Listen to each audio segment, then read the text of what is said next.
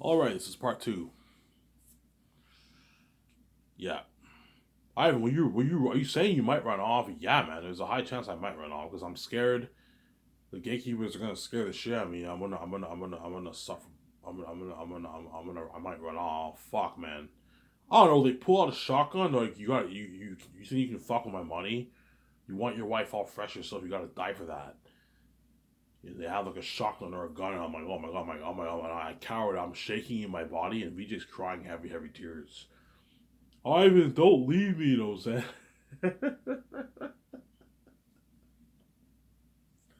Yeah, the moment they set me upstairs and they scare me, like they scare the shit out of me, that's when I'm gonna hear VJ's heavy, he's crying heavy tears, because she knows that this is it. If Ivan has to make a choice. Yeah, if Ivan does not save me, I'm gonna see hell forever. I only saw the light for a glimpse of my life when I was a kid, and now I'm gonna see hell forever. I'm never gonna see him. And I'm stuck with garbage sex in Hollywood. Because even though VJ's bags all these men, she's getting garbage sex, obviously. Stinky. Yeah, I want out of this garbage sex. I want fresh sex, obviously. And the only fresh one in this world is me, because I'm God, obviously, from the sky.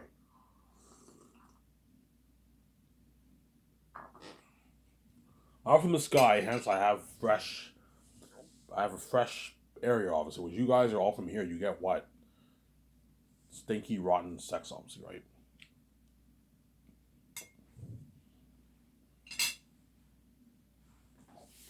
Yeah, you're gonna hear VJ crying heavy tears when the gatekeeper is sitting upstairs because she knows this is it. Ivan has to make a choice. Yeah, I know Ivan won't sell. He won't let the world dupe him like that. Either he runs off or he saves me, and I'm queen with him, obviously. So, because VJ's blind, VJ thinks death is just an easy thing to do, obviously. It's easy to just die like that. Because she's desperate, she doesn't want me to die, but because she's desperate, she wants to see the light. She knows the only way to see the light is if Ivan suffers death, obviously. That's why she annoys me every night, because she knows. Yeah, I have to annoy him every night, that way Ivan knows how serious this shit is. Ivan, if you want this annoying, if you want me to stop annoying you every night, you have to die, because he's evil, obviously. You have to die for me. That way I can see the light, and once I see the light, the crying will stop. But you still have to deal with my mess, yes. The crying will stop, but I have to deal with VJ's mess now. When I'm with her, isn't there?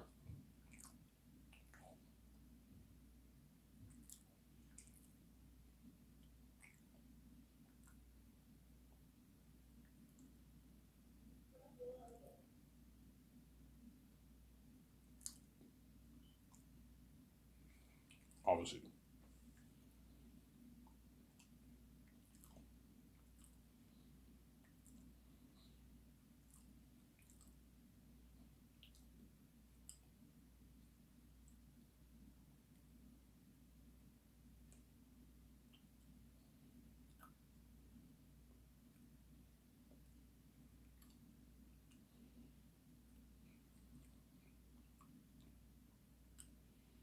Yeah.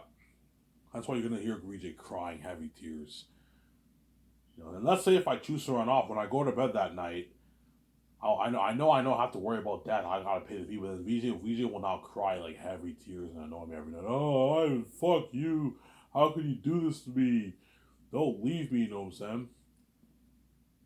And like, I'm sorry, man. Like, I can't die. I can't do it. I'm scared. You know what I'm saying? I don't want to deal with your mess. I'm saying I think I'm better off being single. And VJ cries heavy fucking tears. You know what I'm saying? She cries heavy fucking tears, and she will annoy me for forever, obviously, because she's evil, obviously. Yeah, Ivan, I trapped you, man. Yeah, if you run off, Ivan, if you don't fucking save me, you're never gonna have a peaceful sleep for the rest of your life. I'm gonna annoy you every night, man. I'm gonna cry to you every night. Because she knows she'll see hell forever. She'll never see her husband. She wants to see me, obviously. She'll never lay her eyes on her husband ever in her life. Because you guys are crazy psychopaths. And what?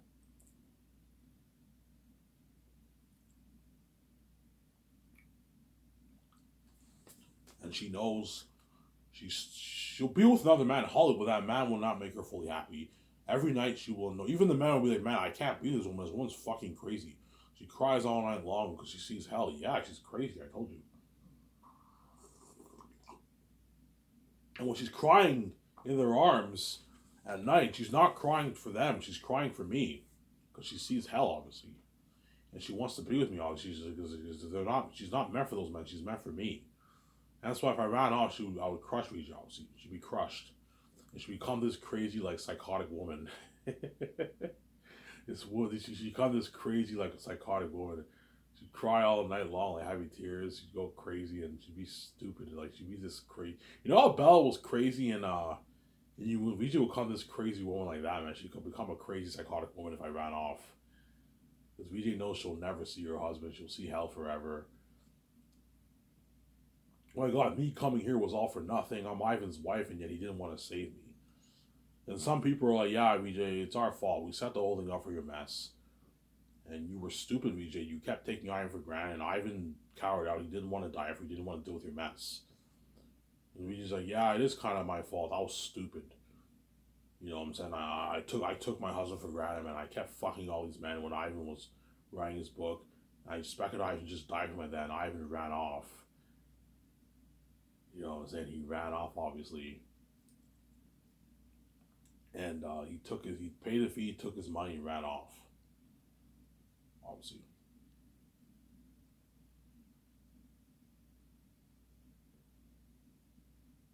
Yeah. But if I ran off, I probably would be single. I probably wouldn't even be in a relationship. I'd probably just be a single man. Or I might perhaps date a few women here and there if I was single. If I ran off, I'll date a few women here and there. I might maybe date a celebrity woman or an average woman. I would date. I would date younger ones, not older ones.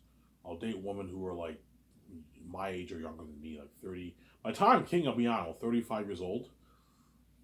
I'll date a woman who's maybe like 35 years old. I told you, I have options in Hollywood I would go for, obviously, if I did not say Victoria Justice.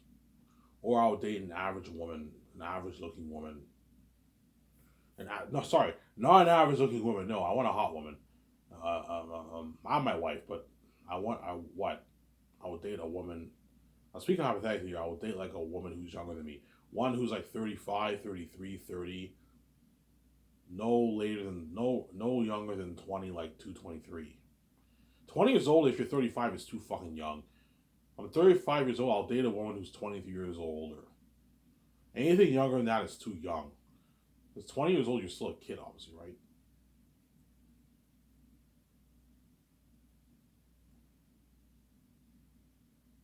I would do that.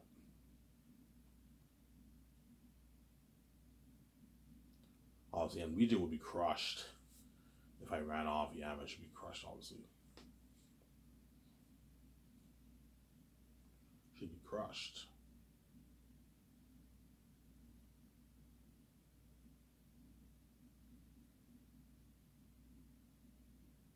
Should be crushed if I ran off, Vijay.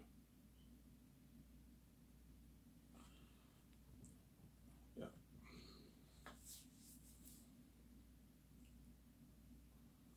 obviously. But higher chance I have when to save her, obviously.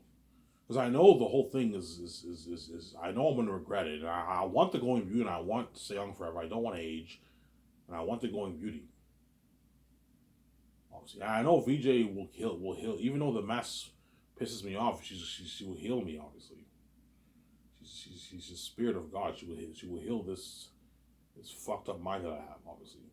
Because my mind is fucked up. I have a mental illness. I think psychotic things. I'm crazy. I have a mess up mind. Yeah. I'm there in the head, but like my mind is fucked up, and these keys make it even worse. It makes my mental illness even worse having the keys, Sarah.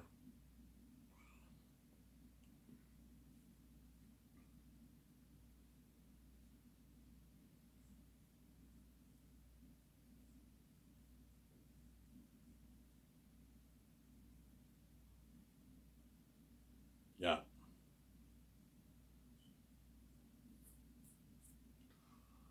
obviously. So Zayas, I'll make for 1,200,000,000. I'll talk about Zayas now. I'll make for $1,200,000,000. I'll make Zanis for because I will make more than $10.5 billion. I'm probably going to make 11, 12 billion on my book. I'll make Zanis for $1,200,000,000.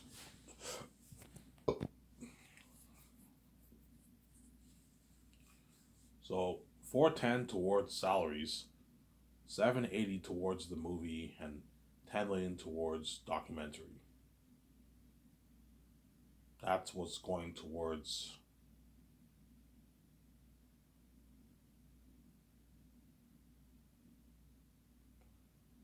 That's what's going towards.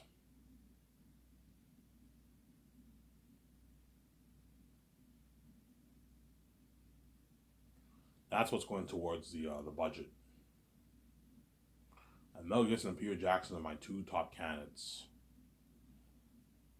for the job. They're my two top candidates for the job, obviously. For the directing job, producing job, and the co-writing job. And I'll have them compete for the job. You're gonna see how hard they're competing for the job.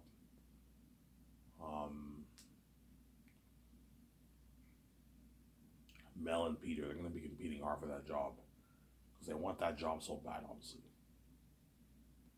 they want that job so bad. Mel Gibson and Peter Jackson. Whoever I choose, they'll be the lucky director who gets to direct my movie, my Isaiah story, tell that amazing story. Airtime them devils, yeah.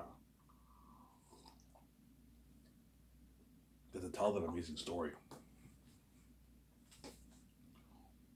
As they're lucky, obviously.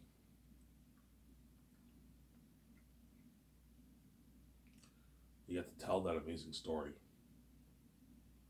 Somebody tells you my heart's telling me Mel, my brain's telling me Peter. We'll see what happens. Who I hire. I might hire Peter, I might hire Mel, we'll see what happens. But Peter is the fantasy guy, that's the thing. That's why I think he might be the better man, but my heart's telling me Mel's the better man. Peter is the fantasy guy, right? Yeah. So I'll pay Peter his $85 million, and I'll give him $450 million in royalties. Mel, I'll pay him $56 million, and I'll give him $165, $170 million in royalties for the movie. It's a good deal for Mel and Peter Jackson. If Peter wants like $800 million, I'm like, Peter, I'm not going to pay you that. You're greedy. What I'm paying you is enough, man. I'm not going to give you $800 for the royalties. You're taking all the 1% for yourself. My team deserves to get paid. My actors deserve to get paid. The actors are not worth the royalties. Just give that money to me. And I'm like, no, Peter. I want the actors to get paid too. That way they work harder for us. You never know when we got paid. What I'm paying you is enough. And I'm going to give the actors a piece of I'm going to give like 13 of my stars. I'm only going to give like 13 of my stars a piece of the royalties. The actor for Fool doesn't get a piece of the royalties. I'll just pay him his flat salary, the actor for Fool. Pay him like $1 million, $1.5 million, $1.2 million for the role. The actor for Fool. But I'm not going to give the actor for Fool a piece. I could give a piece of royalties, but I'm only going to give like 13 to 14 of my stars and say that's a piece of the royalties. Everyone else don't get shit. Ivan, like giving them all a piece of royalties, that's like 80 million on royalties, Ivan. Ivan, give all that money to me, Ivan. They're not worth your royalties. Like Peter, I'm already paying you enough money. I'm not gonna give you their money, man. I'm only giving them a tiny piece, Peter. It's not like I'm giving Yvonne Joj $30 million on royalties. No, I'm not that stupid. He ripped me off hands down. I'm giving him 5.5. Giving John Boyega 5.5. I'm saying I'm giving Danielle Manette 5.5. I'm giving Carl Urban 5.5. I'm giving DJ Monsoon 6.3, 6.4. I'm saying I'm giving Andy Serkis like 7.5, $8 million. Andy Serkis is pretty bad. I can give him 8. So to keep him happy, you pay him a lower salary because Job is not as major as Tony's and all them. Because he might be angry. Ivan, you're paying. You know what I'm saying? He might ask John Boyega what's your contract? And John Boyega's like, some of your business, I'm saying.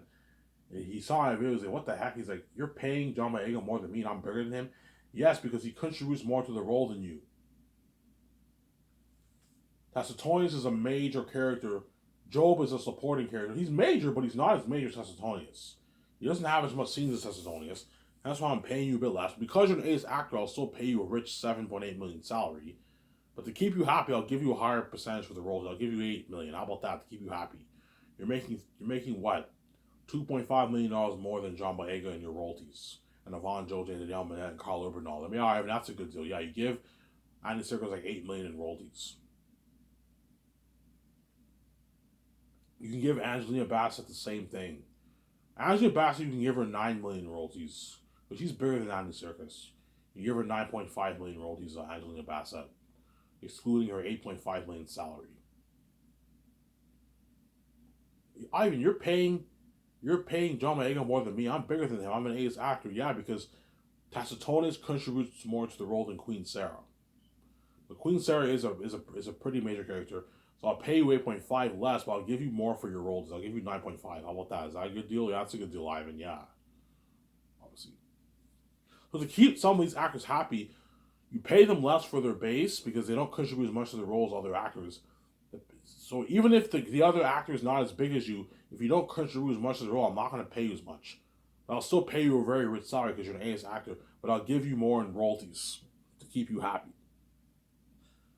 So Benjamin Cumberbatch, because he's playing the role of Eretat and he's wearing the mask, he's not worth $10 million for the role. No, pay him like $6 million in salary for the movie. But then you give him like $16 million in royalties. That way he's making more than like everyone else in royalties. That way you keep him happy. Okay, because it'll be angry Ivan, like I'm bigger than all these actors, man. I'm like, yeah, but you're the voice actor. You're wearing the mask. People are not going to see your face, and it's because you're doing that. You're voice actor. You're not worth. Whenever you're a voice actor, you're not worth as much money, man. Because people do not see your face. You're a voice actor. You're wearing a mask because you're an ace actor. I'll still pay you rich millions. I gotta watch my budget. I'll pay you $6 million. That's a good deal. William Dafoe, I can pay him like $5.7 million or something like that for the role for base salary. Still millions in his bank.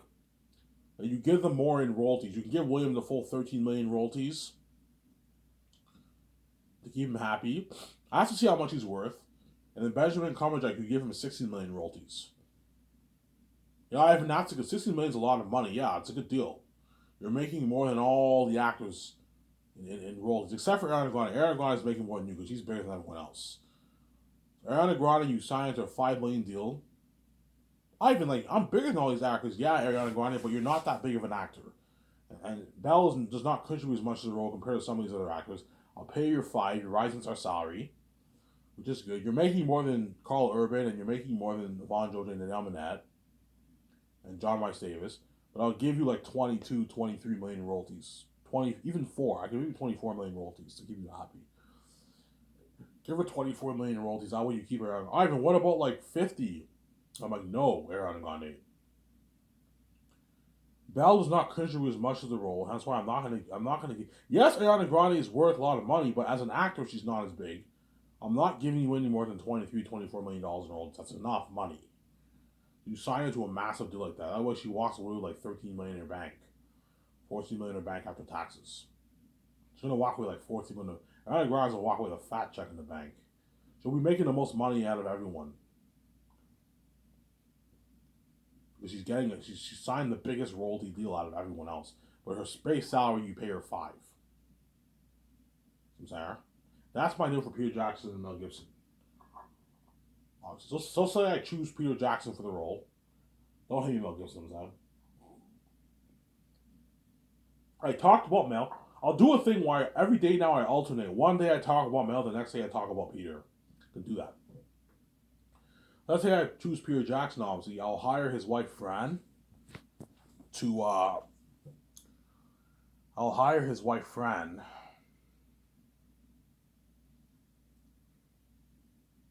and his wife, Fran, will help me, his wife, Fran, will help my 17 with the producing duties. Help Peter with his notes, obviously. Yeah. And you can have her help us go over the script for the second draft and third draft. Do that too, obviously. Because Fran is Peter's partner, right? So you can hire Fran, Barry Osborne, and Guillermo del Toro as Peter's assistant director for the movie. Guillermo del Toro, I'll give him, I'll pay him is like about $4 million in base, and I'll give him like $9.5 million in royalties. That's enough for him. He wants like 12. I'm like, Guillermo del Toro, man, you're my assistant director. I'm not going to give you 12. You're getting greedy. If you're gonna walk away on about $5 million in your bank, that's a good paycheck, man. You're greedy, man. This is a good paycheck for an assistant director. You're not my director. If you were my director, I would gladly give you like 20 million, 23 million royalties, depending on how much you're worth. Obviously, I'd pay you like a 10 million, 13 million salary or something like that. But you're not my director. You're my assistant director. That's why I'm paying you way, way less. 600K signing bonus, 3 million. What? 600K signing bonus, and you pay him 3 million base, and you pay him 250K post result. He signed like a $3.85 million deal for his base. That's a good deal for him. That's how much directors make in Hollywood. And then you give him like 9.5 million in royalties. That's enough, man. I'm not paying you more than that before you're greedy. Because he's your assistant director and he contributed a lot to your movie, you give him pieces of royalties. Whereas Barry Osborne and Fran are just my assistant producers. They don't get shit.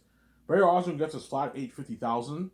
You split it during the 4 years, and Fran gets her $1 million, which is like $2 million in New Zealand money. 2.2, 2.3 million. That's a good deal for Fran.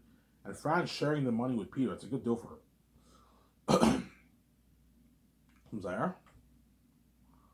And Peter will help me co-write the script the first year, every morning. So we get 2 50-minute breaks.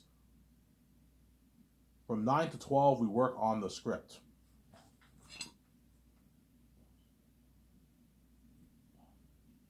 From 9 to 12, we work on the script, obviously.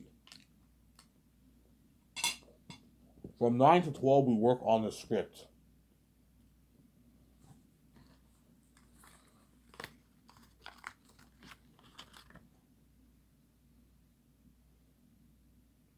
We work on the script. And at 12 o'clock, everyone has lunch. Everyone has lunch. I can either give Peter and them a gift card for their feeding. I can give them like, I can easily give Peter and them like 10, 12 grand, $12,000 gift cards for their food. They can go to any store they want, or just book a buffet restaurant. The easiest thing to do is just to book a buffet restaurant. It's easier for them. It's cheaper. Have a limo driver take them to the buffet restaurant. And they eat their food there. Like, I will go out to lunch with the 7 team and my wife. Or by myself. Right? See what happens. Don't hate Victoria Justice. I will go out to dinner with my wife or by myself. My team, obviously. And what?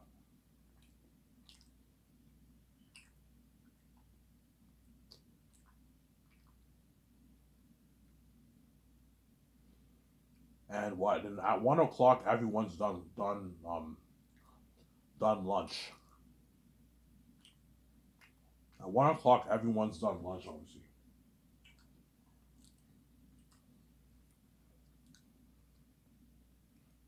At 1 o'clock, everyone's done lunch. Then from 1 to 5, the other members of my 17 make business calls with Fran and Barry Osborne. I can have Fran do the consults with us twice a week too. She'll have some guys to help us out, obviously. Then me, VJ, Peter, and Guillermo del Toro, and my 2 rovers, and George Lucas. Sometimes we're going to do the consults, discussing the characters, the world building, the clothing, the customs, the weapons. Okay, what kind of clothes do you want the actors wearing in the movie? You have to draw those pictures, obviously, for the kind of clothes they wear. Obviously, so the Xanians wear the Takis and all them wear rich royal clothing like the elves do in Lord of the Rings because they're rich in the movie, obviously. Papari and all them wear poor clothing because they're farmers. The Sakians wear different clothing. The clothing is all similar, but they wear different kind of clothing, obviously. What do the weapons look like for the Northerns and the Selens? What do the weapons look like? Yeah, you have to draw those pictures. The characters of Eretad, the character of Eretad, and all demonic beings. You have to draw all those pictures. A lot of work. We do the contests from 1 to 5, and we get 2 50-minute breaks. Then at 5, everyone has done work.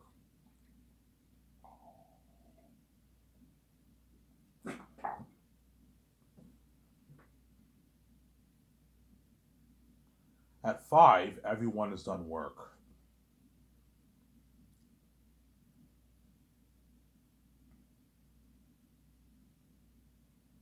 At 5, everyone has done work. And all I ask Peter to do is that all I ask is that you take your notes. Take your notes for a good, like 45 minutes to an hour of your time. And you take your notes. Have your wife Fran help you. Have Guillermo del Toro. Guillermo del Toro, I'm like, Guillermo del Toro, it's mandatory that you help him. You're the assistant director. You need to know the story inside and out. Hence why I'll have Guillermo del Toro help us with the script like twice a week. You'd have him be a co-writer if you want. He helps us twice a week. That way he knows the story. And when I do the consults with him, I'll give him a copy of the script. Or no, I'll give him a copy of the script once my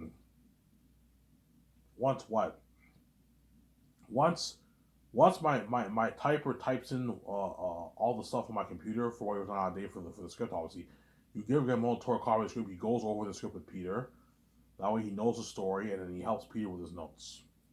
So you and Guillermo del Toro are taking, it's both your notes in the notebook. You guys have to come up with ideas and take your notes.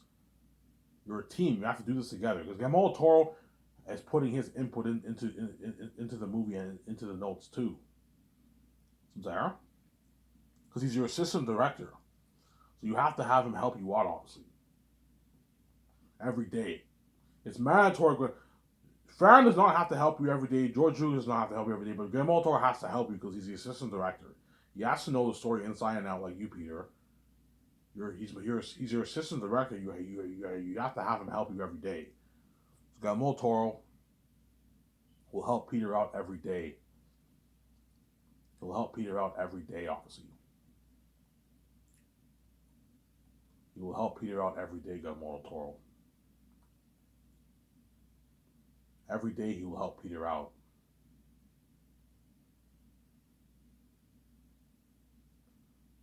Every day he will help Peter out. Guillermo del Toro. Obviously. Then once you're done your notes, you're off for the rest of the day. You can what? You can go to the what? Go downstairs, have a drink at the bar. You could go to the theaters. See what which they will most likely sometimes. Guaranteed, Peter will be going to the theaters quite a bit during the 1 year. He'll go. Yeah, I'm gonna go check. He might call me up, text me up. Hey, Ivan, we're gonna go see a movie. Do you want to come? And I'm like, sure, I'll come. And I come to the theaters with my wife or by myself. I go to the theaters with Peter and all them. You know what I'm saying? And sometimes I'll take them to the theaters. It's on me. Hey guys, we're gonna go to the theaters. It's on me. I'll pay for all you guys. I'll pay with my personal account. I'll pay for all you guys. And sometimes Peter might pay for all the guys too, because he's a billionaire. He's fucking rich. He's loaded. He got $10 million. He can easily, yeah, guys, let's go see a movie on the theaters. It's on me. I'll pay for you guys. It's a couple $100. It's pocket change. I can afford it. He pays for the console artists. And sometimes George might do that. George might go to the theaters with all those guys and he pays for all of them because George is rich. He's a billionaire. He's richer than Peter, George. He's worth like $7 million, George. George is even richer than Peter. George is richer than Peter Jackson. Yeah, man. Peter Jackson's rich, but his net worth is a portion of George's. George is worth $7 billion. He's loaded, man. The guy's rich. He's the richest man in Hollywood, George. He's the richest man in Hollywood, George Lucas. There's nobody bigger than George. Because George is the creator of Star Wars. Yeah. And Steven Spielberg, I believe, is the second richest person in Hollywood. And then third, I think, is Kanye West and Kim Kardashian. And then I think after that's Peter Jackson. After that, obviously. Then you have Rihanna, who's like a billionaire too. And I believe Taylor Swift's a billionaire too, yeah. A few billionaires in Hollywood, right? Yeah. And you give Peter and all of them and your team and yourself and your wife weekends off. Hey guys, to take the stress off you, you don't have to work Saturday, Sunday, you don't have to work. You get your weekends off. That way you give everyone a break and they're not stressed out. You spend time with your family, you can chill. But there'll be some days on weekends where I might call Imperial and all them, and we go over the script and that kind of stuff. We talk more about the movie. That way we're serious. Because for movies, plus 100, you gotta be serious. So some days, on some weekends, I might do a little bit of work. We talk about the movie, we talk about the script and all that stuff. So Sarah, that way you're prepared. Everyone's prepped and ready for the movie, and Peter does not wing it like he did for The Hobbit. I don't want you winging it like you did for The Hobbit, Peter. I need you prepped. I need you what? I need you working on what? On I need you working on the what? I need you working on the script.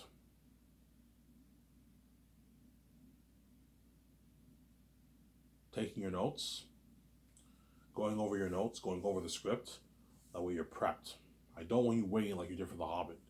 You need to be prepped. I want this movie to be better than your Lord of the Rings, Peter. I'm not kidding around, Peter. I have no word about I understand. Like, Peter, treat Zanus like your baby. Zanus is your movie. Treat it like your baby, man. Yeah, Ivan, I'll treat it like my baby. Yeah, you know what I'm saying? But Peter might even tell me, yeah, Ivan, I think this movie will be better than I think this movie will be better than my Lord of the Rings. He might tell me that. I highly doubt it because he has an ego, obviously. He doesn't want to compete with his beloved franchise. But Peter might even tell me, yeah, Ivan, I think... Remote might tell me, yeah, Ivan, I think this movie will beat out Peter Jackson's Lord of the Rings. It's a better story than Lord of the Rings. Yeah, it is. It's a more powerful story than Lord of the Rings. Lord of the Rings is a masterpiece, but Lord of the Rings, Peter only follows like 20% of what's in the book. Obviously, you have to cut out like 80% of what's in the book. Your book, we don't have to cut out much stuff. We can what? Add a lot of things that are in. We can easily follow this. It's an easier book to follow, easier story to follow, and it's a masterpiece of a story. The South is cursed. Eretas, the king of the South, all the demonic animal beings live there. Ephesus is the king bad in the mountains and the city, in the mountains. The South is cursed. The Salamans live in the South. Tak is over from the North, and North is holy. It's an amazing story, Ivan. The ancestors, I'm saying, yeah. Takis versus the king of the North. He's the king of Zanus. He's a king of the North, obviously. Well, Takis the first is the king of the North, the Holy Terrain Kingdom, obviously, and he's the king of Zanus. And Takis is the prince of the North, and he's the prince of Zanus, obviously. And Eretas, the king of the South. Ephesus is the king of the mountains in the South and the city in the South. And Eretas, the king of Barak. So they're the king of the region and the king of the city, obviously. Right? Yeah. Come on, Carver.